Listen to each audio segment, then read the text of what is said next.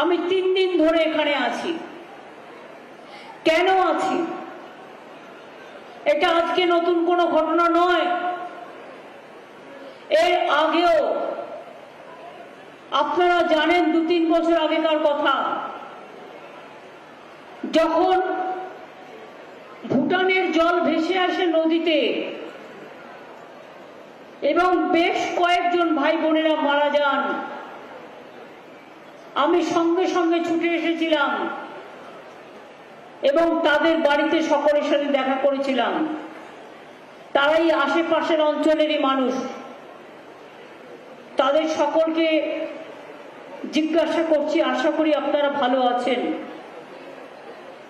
আমার অনেক অনেক শুভকামনা আপনাদের জন্য রইল। আমি রমজান মাস আসছে, রমজান মাস চলছে, রোজা চলছে,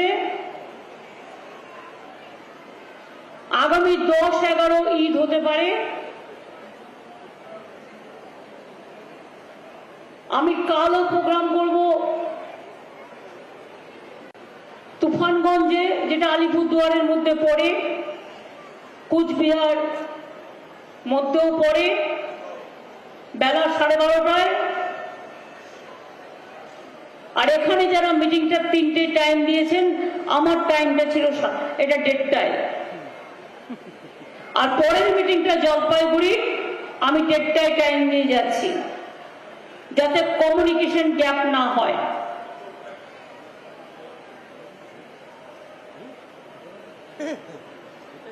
আমি যখনই খবর পেয়েছিলাম যে একটা ভয়ঙ্কর দুর্যোগে অনেক মানুষ আশ্রয়হীন হয়ে গেছে, আমি আর অপেক্ষা করতে পারিনি, আমার মন কাঁদছিল। আমার কাছে তখন ফ্লাইটও ছিল না। আমি গৌতম দেবকে তার আগে পাঠিয়েছিলাম এখানে, নির্মল বাবুরা ছিলেন। আমি গৌতম দেবকে ফার্স্ট জিজ্ঞেস করলাম, বাগডোগরায় নাইট ল্যান্ডিং ফেসিলিটিস কটা পর্যন্ত? গৌতম আমাকে জানালো, আপনিই তো করে দিয়েছিলেন 10:30 পর্যন্ত।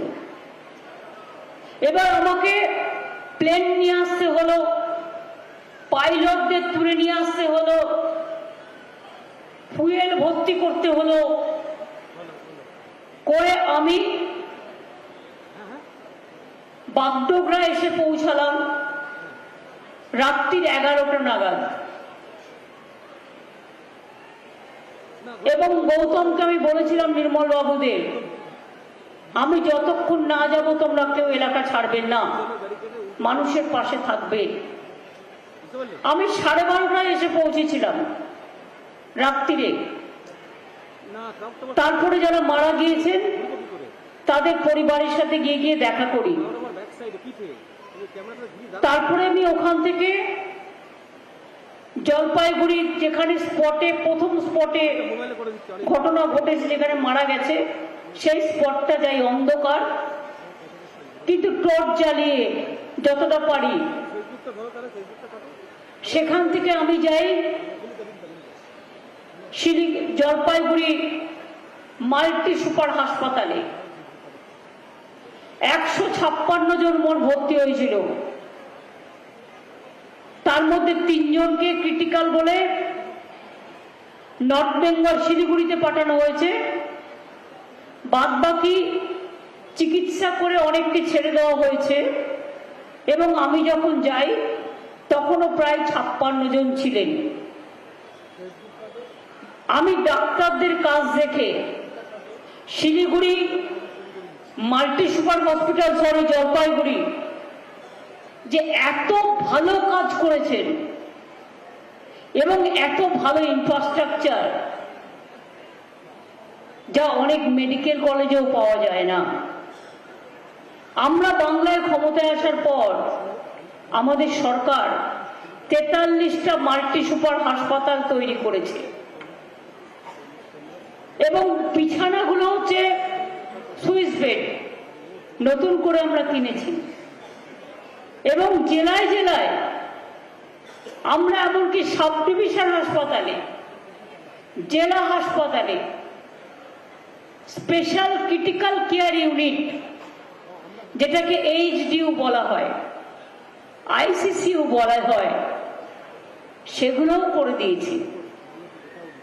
ফলে এই মানুষগুলোকে প্রশাসন দ্রুততার সাথে রেস্কিউ করেছে এবং ডাক্তার, নার্স, সিনিয়র ডাক্তার থেকে জুনিয়র ডাক্তার, হাউস স্টাফ থেকে স্টুডেন্টরা, নার্স থেকে ওখানকার কাজের লোকেরা এবং স্থানীয় যুবক যুবতীরা তাদের একান্ত প্রচেষ্টায়, মনে রাখবেন, এতগুলো মানুষের জীবন বাঁচানো গেছে।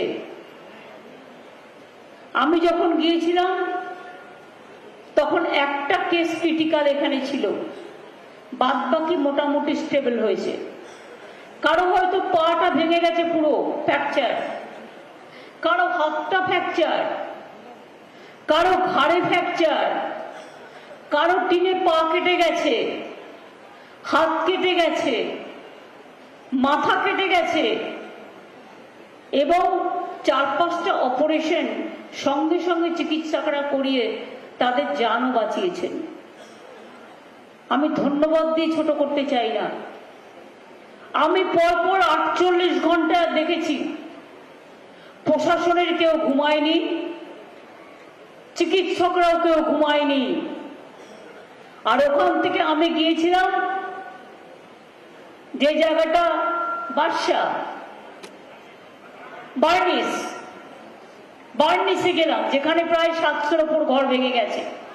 ভেঙে গেছে মানে ম্যাস্ট হয়ে গেছে, কিছু নেই। ওখানে দেখে দুপাশে কলার ক্ষেত, তারপর আমি ওটা দেখে এলাম রিলিফ সেন্টারে। প্রায় 2:30-3টে নাগাদ রিলিফ সেন্টারে রাত্রিরে পৌঁছালাম। কেউ ঘুমায়নি, সবার চোখে মুখে একটা আতঙ্ক কাজ করছিল। আমি সবার সাথে কথা বলেছি। সবার সাথে কথা বলবার পর আরো 2-একটা স্পট ভিজিট করে আমি ভোর 4টের সময় সকালবেলায় আমি চালসাতে এসে পৌঁছাই। তারপরের দিন আবার আমি আলিপুরদুয়ারে যাই। একদিকে আলিপুরদুয়ারের বর্ডার, অন্যদিকে কুচবিহারের বর্ডার। সেখানেও প্রচুর ভাঙড়ি ভেঙে তছনছ হয়ে গেছে, কারণ বেশিরভাগ বাড়ি মাটির বাড়ি, টিনের চাল। এই জন্যই বারবার আমরা বলেছিলাম, প্রথম ফেজে 11 লক্ষ মানুষকে বাংলার বাড়ি তৈরি করতে দাও। কোথাও কোথাও প্রধানমন্ত্রী এসে বলে, আমার নামে নাম দেয় না, কেন দেব? তুমি সব টাকাটা দাও, তাহলে দেব। অর্ধেক টাকা তোমার, অর্ধেক টাকা রাজ্যে, আর তোমার নাম কেন থাকবে? মানুষের নাম কেন থাকবে না? রাজ্যের নাম কেন থাকবে না? শুধু রাজনীতি? কিছু লোককে রেশন দেয়, সবাইকে নয়। সবাইকে আমরা দিই। 5 কেজি চালের মধ্যেও নিজের ফটো,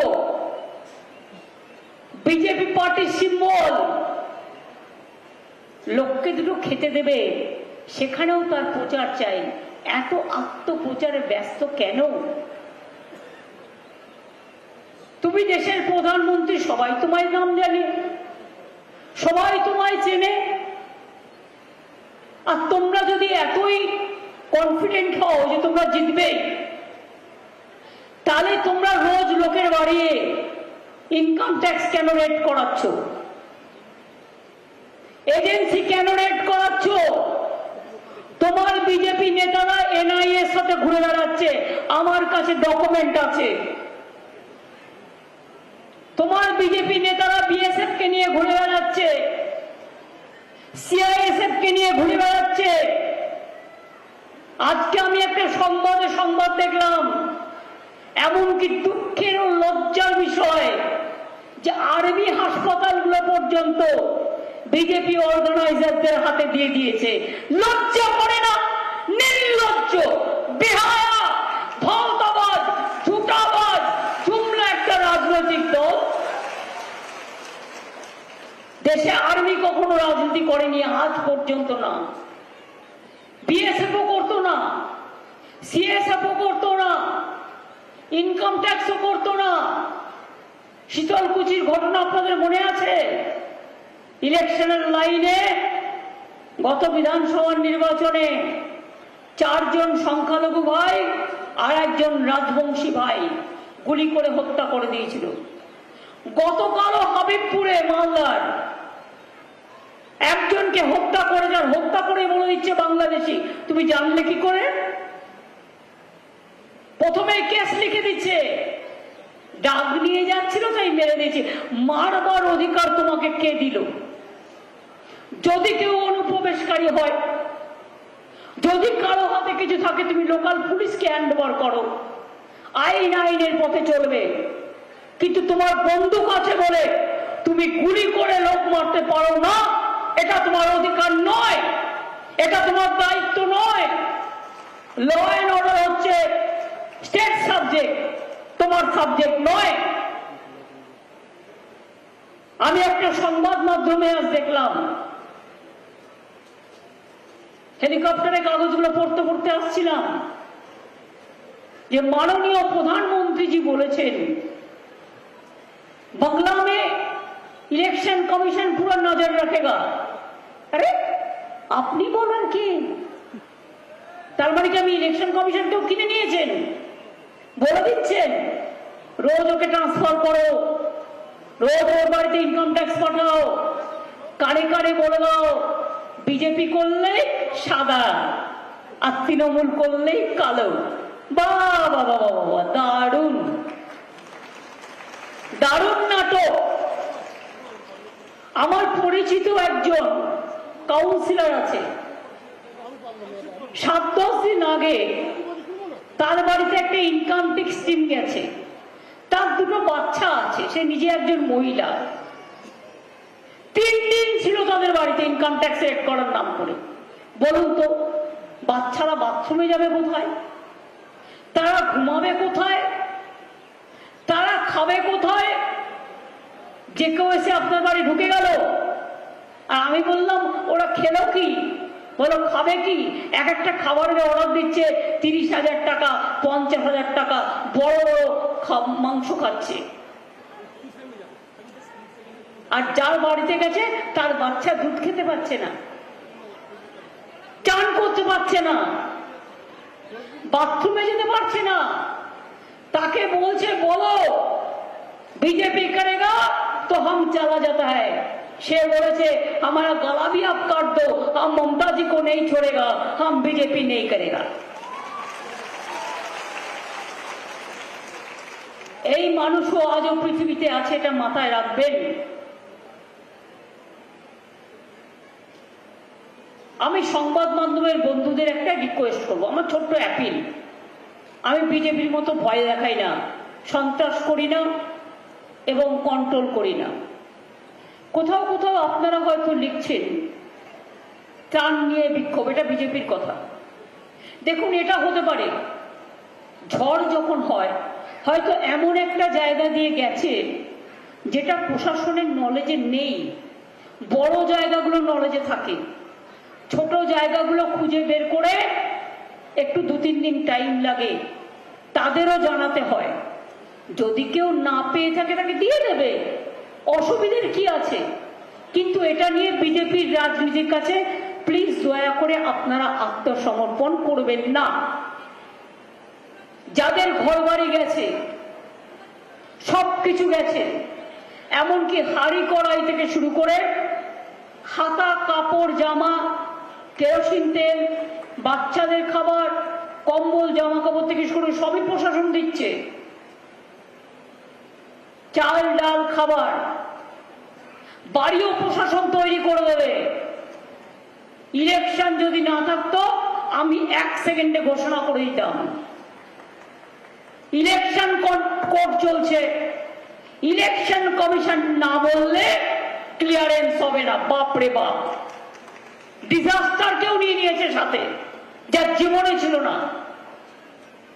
আমরা আমাদের সরকারের কাছ থেকে আমি শুনেছি প্রশাসন অলরেডি 5,000 বাড়ি তৈরি করবার জন্য আমরা রাজ্য সরকার থেকে করব। সেন্ট্রাল গভর্নমেন্টের দয়া চাই না। যারা মানুষকে দেখে না, 100 দিনের কাজের টাকা দেয় না, আবাসনের টাকা দেয় না, তার থেকে দয়া চাই না। টাকা প্রশাসনই দেবে, প্রশাসন করবে, কিন্তু পারমিশনটা করতে এত টাইম লাগছে কেন? বিজেপি এসে বলবে, প্রধানমন্ত্রী এসে বলবে, তারপরে টাকাটা তো আপনারা দেবেন না, টাকাটা তো আমরা দেবো। তাহলে কেন করতে দিচ্ছেন না? কেন টাইম নষ্ট করছেন? প্রবলেমটা কি জানেন? যার বিয়ে সেই পুরোহিত, নিজেই স্বামী, নিজেই স্ত্রী, আর নিজেই পুরোহিত। ইলেকশনটা কেন্দ্রে, ইলেকশনটা রাজ্যের নয়। সবটাই করছেন বিজেপি পার্টি।